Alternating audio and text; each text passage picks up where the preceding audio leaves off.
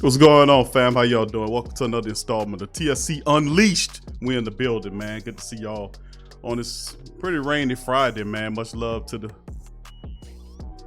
Sports Coma Nation, man. The Who Dat Nation, the Black and Gold Nation. We in the building. Who Dat to you, Jason? Good to see you in the chat. Carolyn, the Great. Much love to your family. In this edition of TSC Unleashed, man, I'm Big Q, your boy, chiming in. And we today on this one, we're gonna cover some NBA talk, family, as well as what we do on TSC Unleashed. For those who are not familiar with the show, what we usually do, we'll talk about other issues, football, basketball, and even boxing outside of our traditional Saint talk. But we will, address it minutely in this show. But as I bring in my contributor and co-host, Uncle Mozzie's in the building. What's going on, Mozzie? What's up with it, my brother? What's up with it, my brother? How you doing? Doing good, brother. Everything. How's everybody? Yeah, everything. That sounds awesome. Everything's everything, my brother. And man, a lot going on in the NBA world now, Mozzie. As you're seeing that we covered some stuff yesterday, and now it appears that the stage is set now for the NBA playoffs to resume. Now, this was something that was released not momentarily, but not too long ago, as the NBA and the Players Association announced the playoffs will resume Saturday with new initiatives that's attached to it. So this was broken by ESPN and several other news outlets that's saying that the NBA and the Players Association released a joint statement Friday announcing that the NBA playoffs will resume Saturday and that the league and its players will work together on several initiatives to promote voting access, combat social justice and racial inequality, and advocate for police reform. Quote, these commitments follow months of close collaboration around designing a safe and healthy environment to restart the NBA season, providing a platform to promote social justice as well as creating an NBA foundation focused on economic empowerment in the Black community. NBA Commissioner Adam Silver and the Players Association Director Michelle Roberts said in a statement, we're looking forward to the resumption of the playoffs and continuing to work together in Orlando and all NBA team markets to push for meaningful and sustainable change. I'm always leery of that word. But this is the commitments that they said would include that the players in the league came to it. Now, this is the first bullet point. And I'm going to go through these 5, and then I want you to give me your thoughts on this. The immediate establishment of a social justice coalition, including representatives among players, coaches, and team owners, that will cover a wide array of issues, including increased voting access, promoting civic engagement, and advocating for, quote, meaningful police and criminal justice reform, end quote. Second bullet point, specifically on voting front, in every NBA city where the league's franchises owns and controls its arena property, owners will work with local officials to turn their arenas into voting locations for the 2020 general election.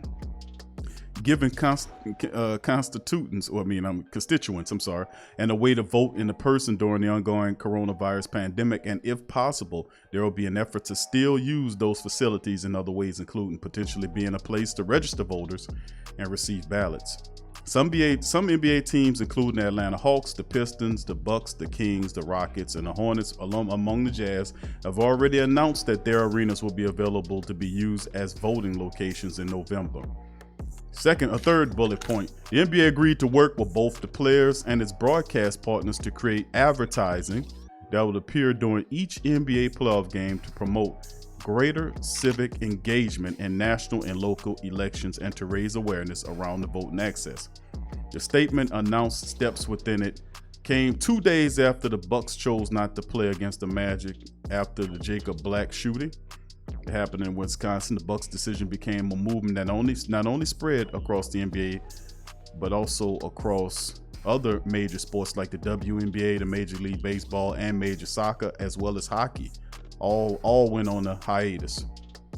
It says also came in the wake of the meeting between the players and coaches after 13 teams still participating in the playoffs and the owners from those teams, as well as Michael Jordan and the chairman of the NBA's Labor Relations Committee Thursday afternoon to discuss the schedule for the league to return to play, as well as to come up with specific points like the ones listed above to combat the issues that players have spent the past 2 months inside the bubble promoting and speaking passionately about. Teams return to practice Friday through several canceled scheduled media availabilities early Friday afternoon. There were no indication if the team scheduled to practice later Friday would follow suit. Now, the expectation is that the games that have been scheduled to be taking place Wednesday, which is the Bucks and Magic, Rockets, Thunder, and the Lakers and the Trailblazers, will be played Saturday, while the games scheduled to take place Thursday, the Jazz, the Nuggets, Raptors, Celtics, and the Clippers and Mavs will be played Sunday. From there, the playoffs would then resume to its previously scheduled schedule. So, with all that being said, that's a lot. Fob, take it away. What's your thoughts? Well, first of all, how y'all doing? Happy Friday, TGIF. Shout out to everybody in the building. Mr. Brother Cap, obviously, I wish he would chime in. First of all, I want to just give my condolences to some of the family members. I see some of the family members had relatives in the wake of the Hurricane Laura that just passed, and I hope everybody's safe. First and foremost, everybody, keep everybody in your prayers and the family, and I want everybody to pray up everybody that's in the Great Saints think tank, and hope that we all have a fast and speedy recovery. So, with that being said, I want to first thank Michelle Roberts, because she just saved basketball. I think that the initial meeting was really, really heated, and I think a lot of overreaction was taking place. And I don't really know what to make of it, Q. I'm gonna be honest with you, because it seems to me that LeBron was kind of mad with the Milwaukee Bucks as a whole, as a unit. So was Chris Paul, because as they say, it wasn't on a unified front. But I'm trying to figure out exactly what is a unified front. I mean, it was the Bucks. The Bucks had the first game of the day, if I'm not mistaken. So what better way to set the tone of how they were going to do this than to actually have the first people up not play the game? So exactly what was LeBron and Chris Paul's plan initially? What was their plan? Did they all plan to boycott maybe the next day? Because it had already been a couple of days, and I think that it was kind of slipping away from them as far as the gravity of the situation and to take hold of it right away. And I think that the Milwaukee Bucks did exactly what they were supposed to do if that was already on the table, which I'm sure LeBron or Chris Paul wanted to institute it first, just as in the meeting, the Lakers and the Clippers decided, we are in the NBA, so we're going to just postpone it. And, Michelle Roberts obviously stepped in and let them know, hey, you're going to give these owners a reason to blow up that CBA. You're going to give them a reason to go back to the drawing board, lock you guys out, get some replacement players. These owners will make their money. They're some of the most powerful people on the face of the earth. I understand what they were trying or attempting to do. I just don't think they quite understand the juggernaut they're up against. I don't think that they understand these are the top 1% of all the top money earners in the world. Whereas some of the NBA, all the NBA players are 10%ers, barring they didn't squander their money off. These owners are 1%ers. That's a big old difference. That's the same difference, a 10%er compared to a 90%er. So I think that they need to have strategized a better outcome or a better listing of demands, because to be honest, if they don't play this season, they're going to lose a third or better of their salaries next season due to fines. They're going to lose money for this season. They're going to lose potential sponsorships for this season, because a sponsor's going to look at it just like the owner is. Wait a minute. So if I give you X amount of dollars, you're just going to decide at some point, because of something that's going on that doesn't necessarily have to do with this, you're going to just walk off and not participate, which gives, a prospective sponsor a kind of a bad taste in their mouth, if you will. So I think that they should have thought about it a little bit better. I think LeBron was upset at George Hill for kind of moving forward with everything and he not leading the charge. But I mean, it happened in Milwaukee, in the Milwaukee suburb. It was like the equivalent of Kenner versus New Orleans. What better team to do it at a better time than the Milwaukee Bucks? Why should something that happened in Milwaukee have to run through LA and LeBron and Chris Paul, who is LeBron's protege and little man, like literally his little man? I don't believe that they did wrong about this. I do think they should have had a better exit strategy.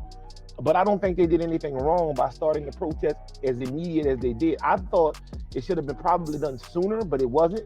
But at the end of the day, Michelle Roberts had to go back to sweet baby Jesus LeBron and let him know, listen, you need to go back and calm your people down, because if you don't finish the season off, you're going to be docked a lot of money. And to a lot of the players, that money, like we touched on that yesterday, that means something, because everybody doesn't have these Supermax contracts, these Supermax deals with all these endorsements out the wazoo. There are the 5th, 6th, 7th, 8th, 9th, 10th, 11th, 12th, and 13th players on the team that don't make as much as the 1 through 4s, if that makes sense to you. So, I mean, I understand what they did. I get it, but I just don't think, I think this kind of fell on deaf ears, and it kind of upset everybody more than anything, because I don't think they're going to get anything definitively done by what they did. Yeah, it's cool to use the stadiums for voter polls or votables, but I think that, and I know this is off topic for TSC Unleashed, but my thing is they should take that money and that time and try to educate the masses. Don't that voter polls or voter booths are always open. It's not, they got rides, there's carpools, bus services, shuttle service, everything to take disadvantaged people, minority people to the voting place. The issue is most people, minorities especially, feels as though their vote or their voice doesn't matter. And that's the systematic thought process and patterns we've got to change. So if you're going to do anything, take your platform and your time to educate your people, educate the masses, and then, only then, once the education is in place, can we begin to wind back the hands of time, if you will, and combat this from an internal standpoint. But as long as you do what you do, and everybody goes back on social media, Instagram, and pay attention to World Star and Shade Room and all of these WAP and all, long as this type of stuff is going on in the community, and no knock on these people, because hey, you got to make $1 too, I get it.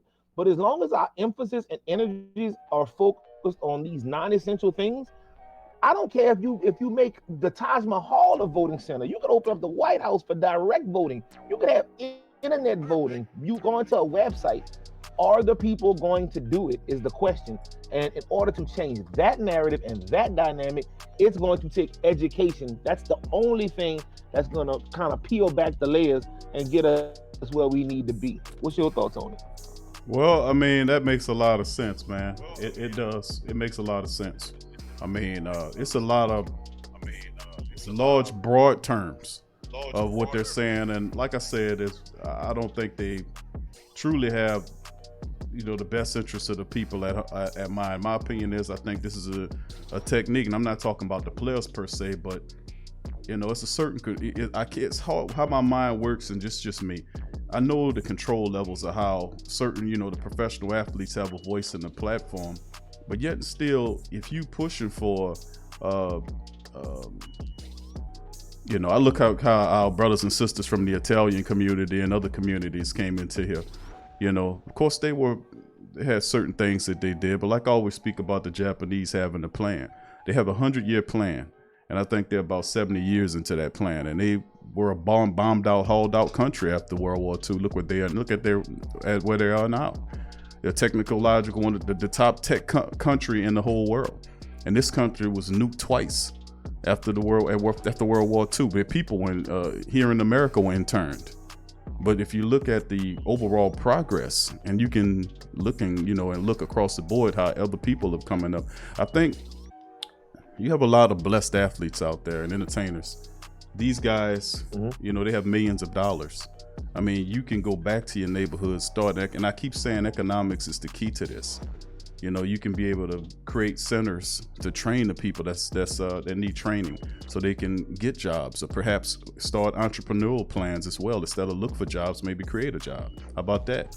And then once you have people that create jobs within the community, they can then hire the community people to work in those jobs. So as opposed to be looking for jobs, be a job creator. So it's many different ways you can go at this here thing. And I just think the voting is a small portion of it, but I'm just so leery of these terms that they're using, because they don't expect it. Notice this is lawyer speak, because they don't actually tell you what that means.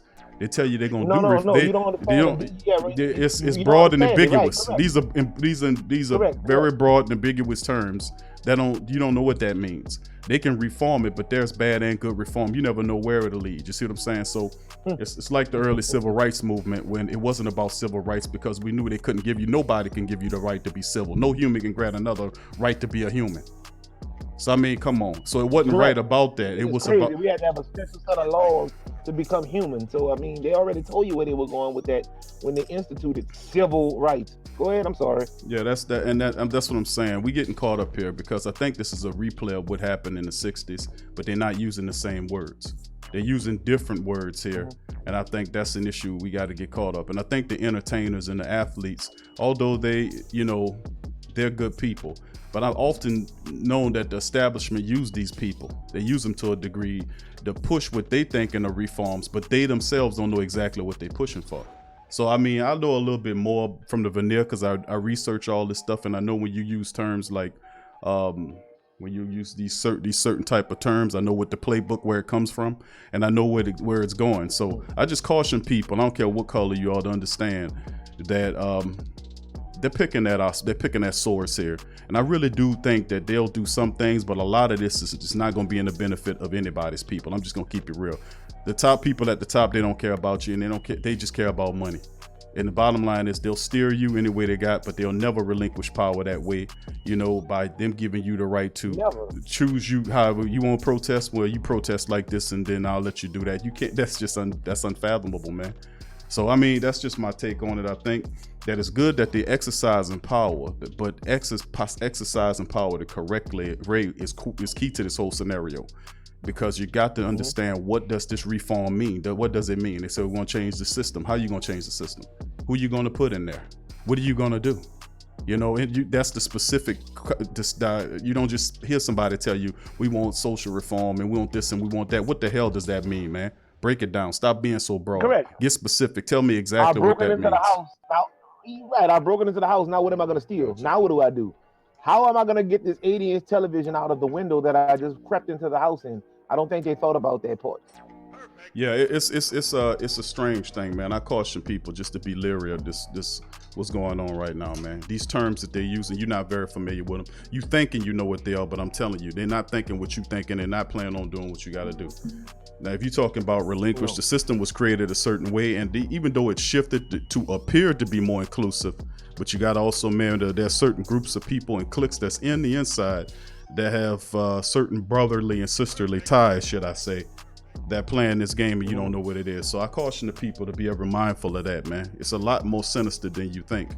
And you understand, some of the athletes and entertainers have some stuff to do with, not all, but most of them don't know where is it going? What does that mean and where is it going? Just like back in the day, you talked about civil rights, but then out of the civil rights, you got terms like minorities. Well, where did that come from? When did we all become minorities? And if you're a minority, who's the majority? And then, of course, you're in a country where the majority rules, then you had a loss anyway. How do you accept that? So I'm just saying, it's the commonsensical stuff. The rules change as they need them to change, because but they never lose the ball. The term minority, the term minority, we all know was specifically crafted to label a group of people. But when asked about it, the powers that be spun it on his head and said, no, we actually talking about a physical count of people. So it's not necessarily you're a minority because you're an African American or you're an Asian American or an Italian American, and we're white Americans, or I'm sorry, they don't consider themselves white Americans, they consider themselves just Americans. They are the majority by number, and that's what they tried to spin it as. But we all know the term minority is used as a derogatory sentiment to specifically label a group of individuals or a group of people so that they could better handle or group you together. So, you're right. We do have to watch that, and we do have to understand that the system doesn't need to be fixed because it's not broken. America is run like it was designed to be run. Rich white landowners or property owners or business owners controlled all. That's what this was built on. Now, obviously, they've let other races in, other nationalities in, but it's still the same mentality and the same mantra. We'll let you in, but you have to forget who you are if for all intents and purposes. If you want to dine at the big table, now if you want the rapper table And or the athlete table, well, that applies ahead, though. Let me improve upon that. I mean, on top, let me add to that point about it. Go ahead. Like you had to lose who you are to get here. Like a lot of from people, German, Scottish, Irish, you weren't white when you were in Ireland or Scotland or Germany. You only became white when you came to America. That's a game. The Italians before were called worse than the black people. I know this, man. I did the research on it. I seen the posters and pictures showing what they were calling the Italian and Scottish people where they arrived. They was calling them dogs and everything. So it don't have nothing to do with color. I keep telling y'all that. Black and white. They had the nerve to be mad at us though. The Irish and Italians had the nerve to be mad at us because the whites, the Euros, didn't accept them. Yes, like that. You need to take that up with them. But they got mad at us, right? Because they weren't accepted. But they weren't accepted at first, and then they had to go through a hell week period, something like when you become a part of a sorority or whatever. But they had to go through a process, I guess, to find out if they were trustworthy to join the white race. But the white race don't exist. That's just on paper. If you're an Irishman or a Scottish man and you come from Europe to come here, you have to lose all of that to get on the term of white. And to keep it real with you, they got a lot of Asian family members that come here from across the world that are applying as white. They have Arabs that are applying as white. They're put on their documents when they apply for loans and go to college as white. So I'm telling you, you're getting played here. There's the white and black thing don't reside, and they're using it, and it's a color code too method. And I remember this a long time ago, is when do we all become a box of crayons? That's the thing. That's the question you actually. When do we all become a box of crayons? When did they have white and black and red and brown and yellow? When did we become a box of crayons? It's a color caste system to separate and divide the people, to keep them at each other's throats. I keep saying this, that we all, it's the one people you want to look at and point the blame is for the manipulation of society is the elite at the top. They're the ones that's responsible for the scarcity. They came up with the scarcity model. They're the ones that are like stealing the money and all of the stuff, the gold out of it. But all that's been happening. It's starving going on in the world that they're responsible for. I mean, this is a global cartel of criminals, man. That's what this is going on. And they don't believe in God, not your God anyway. And what they're trying to bring in, they'll manipulate and guide you. Can always remember that, man. And that's what I'm gonna say about this whole color thing, because we suffering, but they're using that suffering to make people upset, to pull at your heartstrings, to bring you down and keep you in an emotional mind state. And they play these little games between the red and the blue team when they actually are the same game. They're the same team working together. The red team have enough information to destroy the blue team if they really wanted to. They could release all the information about the blue team having affiliation ties with the Klan at the onset when they were first created. They can release all that information and destroy them right to the world, because the world's sensitive to that right now. But they won't do it because they work together to keep out all the other parties that really are representing change. Your change don't matter to the elite. Only thing that matters is they change, and they'll paint their change to make it seem like that's the change that you want. That's how they've been doing it, and that's how they'll continue to do it until you wake up and understand that. Now go ahead, Ray, you talk on it the last time. We're gonna move on to Gail Benson, man. Some news we got on her. Reports came out earlier today that Saints and Pelicans owner, majority owner anyway, Gail Benson, was indeed diagnosed with COVID-19.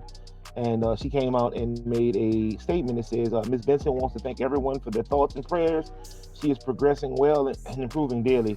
She has not missed a day of work, calls at Saints and Pelicans, and has participated in daily NBA and NFL owner calls, quote, end quote. So, I mean, obviously we want thoughts and prayers going out to Gail Benson, as she has tested positive for the coronavirus. And I mean, all reports out of her own mouth or out of her team's mouth is saying that she's doing well and she's thriving and she's going through the day-to-day operations of being both an NBA and NFL owner. This doesn't surprise me. Obviously, Gail Benson is a multi-billionaire and she has the treatment options. She's going to get the best treatment options. I mean, not saying anything bad about that or whatever, but this once again kind of predicates to where we are in today's world or today's classist society. Once again, we have another high-level member of society tested positive for corona, and seemingly doesn't have any issues, or it's like a seamless thing. Whereas the poorer, more axe to grind type working class people, especially from the minority standpoint, we're the ones that are racking up the unbelievable death tolls and contraction rates for this coronavirus. But needless to say, that's neither here nor there. Just big prayers up for the entire Benson family. Gail Benson, I hope you get over it fast, because God knows we don't need anybody to step in to try to retake over these teams. We just overcame that over the last 7 to 8 years, and we got our head on straight. And we're looking to bring home an NBA championship in the next 2 to 3 years, and hopefully an NFL championship this year. So, for that reason, among many other, I pray that you get well. I pray for your family. But again, this is one of those situations where we see the corona thing again rearing its ugly head, trying to, I guess, normalize the virus and saying, okay, well, even everybody gets it. It has no face, but it does when it comes to the treatment of it. That's all I'm saying. Yeah, well, that's very well sentiment words, man. And I think Gail Benson will definitely get over. She's a strong lady, very resourceful, and as long as she's doing well, I think she'll be fine. So we'll move to the next and final subject today on Q with Big Q. TSC Unleashed. College news, a little college football news. We was waiting for the ACC to see where the ACC was going to go with this thing, whether they was going to play football or not. Well, Maz, it looked like ACC is considering playing, and I knew, even though no word was really mentioned about it, that of course they won't let Clemson not make it there. Come on, they want them to represent. They have a good chance of winning, and despite the odds, they say the ACC will conduct coronavirus tests 3 times a week during football season. So 3 times a week, the ACC will begin that. Testing 3 times a week during the season, including 1 test before the kickoff. And that came from Clemson's athletic director, Dan Rakovich. And they also updated the medical advisory board reports require that all team members in football, hockey, men's, women's soccer, and volleyball to be tested within 3 days of the game day. And in football, 1 test must be performed the day before kickoff and must be conducted by a third party. The ACC official selects another test must be done 48 hours after the game. So in addition, every student athlete who tested positive for C-19 will undergo a cardiac evaluation that includes an electrocardium and a troponin test and a whatever that is, echocardiogram. Okay, I see. Before a phased return to exercise. So many ACC schools already have procedures in place to screen for any possible heart issues as well. In addition, the ACC has significantly adjusted the game day protocols to eliminate all non-essential personnel from the sidelines and team auxiliary areas. Anyone deemed essential for the sideline access will be required to meet specific and consistent health and safety standards as agreed upon by all 15 schools, including a temperature screening, symptom check, physical distancing, and universal masking. This is what it's going to be now. What's your thoughts on this, Five? For ACC, man, 3 tests per week. Yeah, I mean, the ACC has some powerhouses, and with the Big Ten bowing down, I mean, it's prime real estate. Another thing that we, I guess we don't tie into it, but I did kind of peep when I looked at this is that out of that independent school division, namely when you talk about Notre Dame, those people have to have somebody to play, because they're not deciding that they're gonna go down or out. So that's kind of where we are with that. Hey, how you doing? So, they have to have somebody to play. They got to be able to go somewhere, or they got to be able to do something. And as I look at the schedule, Notre Dame actually takes up 3 or 4 games from directly out of this ACC batch. With it, you got your Florida State, you got your Miamis, you got your Clemsons. So this division is predominantly known for having powerhouse teams in it, and they're a winning. They're kind of an automatic qualifying winning conference.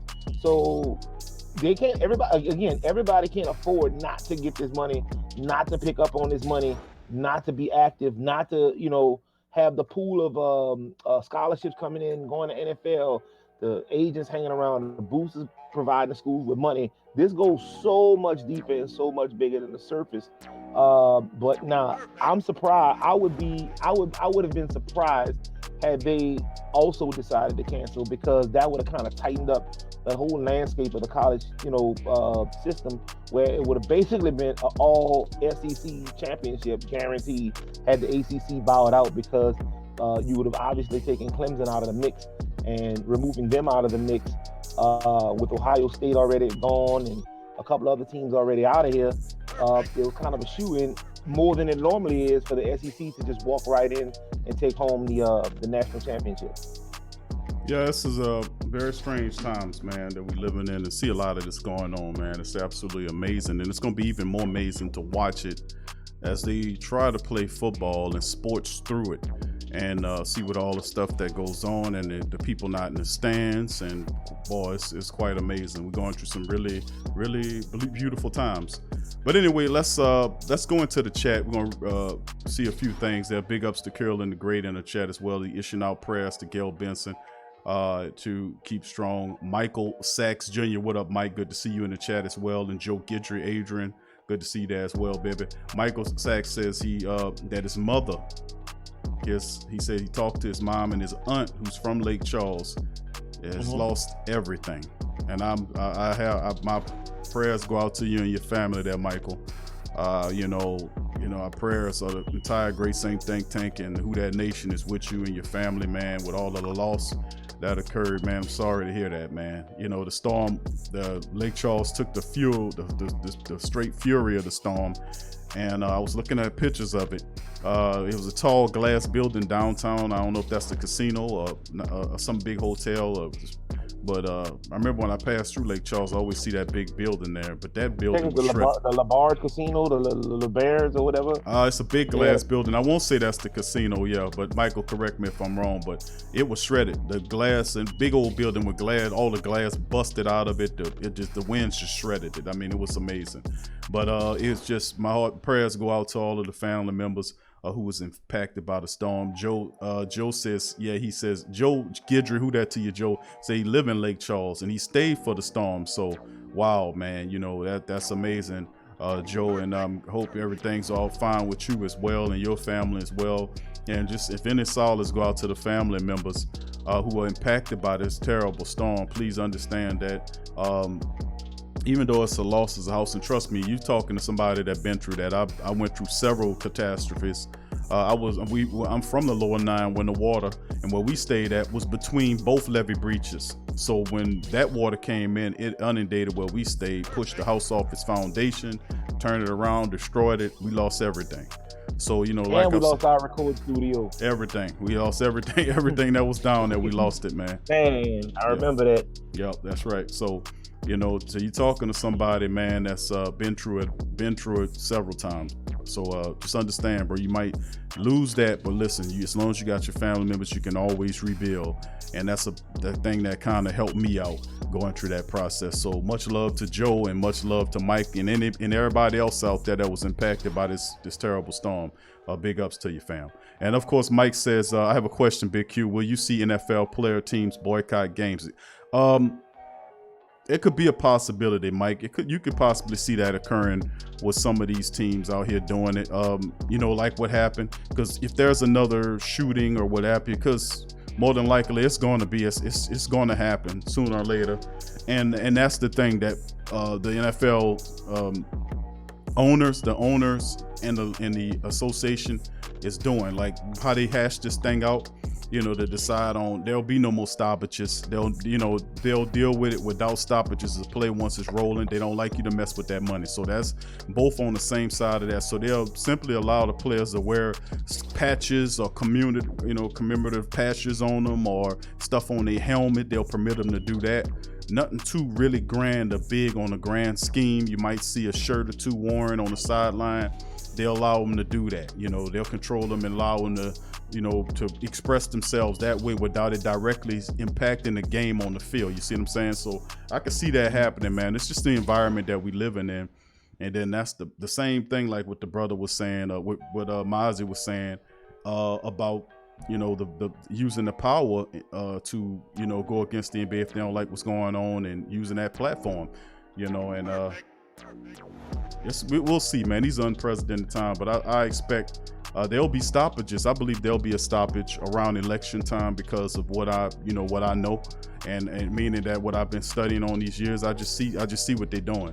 But yeah, that's definitely possible, bro. On that as well. Five, you want to comment on that, or you want to go to the next one?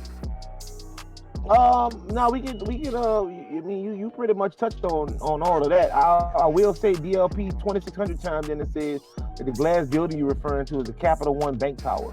Okay, there you go. And he also had, I guess, a live and up front report. The Isle of Capri Riverboat Casino got thrown against the I-10 bridge. I know that bridge. That bridge is creepy with nothing under it but the water.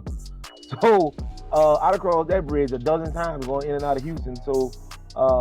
Man, that's a huge boat to break off its anchor and foundation to slam up against the I-10 like that. Man, that's crazy. That's insane. That had to be really, really powerful, man. Yeah, that storm was a monster, man. And big ups to the family members and much love from us for those that was impacted by the storm. Brandon Cormier, good to see your family. Says he lives in Jennings and they have no lights and damage, plenty of damage. Yeah, that storm went up through Lake Charles, eviscerated Lake Charles. Then it creeped up as a Category 2 all the way up to Shreveport, which is terrible. A Category 2 is bad enough, but a Category 2 on land, going inland all the way up, that's absolutely amazing to me, these storms that we're going through right now. I don't know if it's a sign of the times or whatever, or whatever else is going on, but it's amazing, man, to see what happened.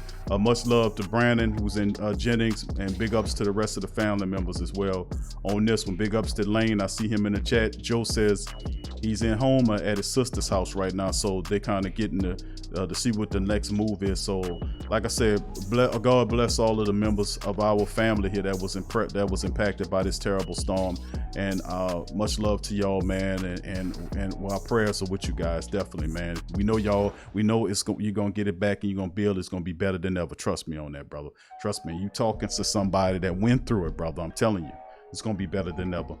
All right, DLP says yes, Lake Charles got destroyed, man. Sad. Hopefully everybody is safe. That's the main part. Lane said got to be a part of the solution, man.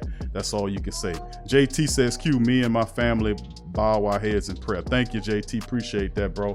And the rest of the family members as well, man. So I'd like to thank y'all for joining us for this edition of TSC Unleashed, man.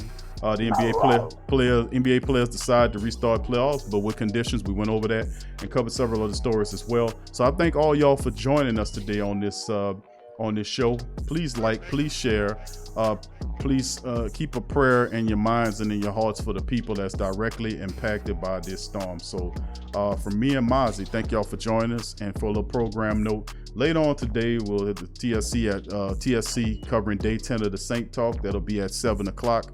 And then preceding that at 9 o'clock, we have a Pelican Postgame Report on our Pelican Postgame Report channel. We'll be breaking down the Pelicans, looking at some stuff as well. And that'll be a little ahead on to the show. So I'd like to thank everybody for joining us. Much love to you. What's up to my dog Teal in the stream as well. Big ups to my dog Teal. Joe says, man, they just say they had people that stayed in Cameron and they made it. Wow, that's amazing, man. Brandon says, we live in Baton Rouge. We had no damage out here. That's crazy. Yeah, because that's the rough side of the storm there that you was close to. So it was really impactful storm. And it's just amazing, man. The crazy part about it is, family, it's not over with. They got 2 more depressions that they're monitoring as well, and we are in the midst of that season. So we'll just have to be on our P's and Q's, man. So much love to y'all. Thank y'all for joining us, and I'll see a lot of you guys later on TSC tonight at 7, and we got a Pelican Post Game Report at 9. So for me and Mozzie, appreciate y'all joining us. Peace.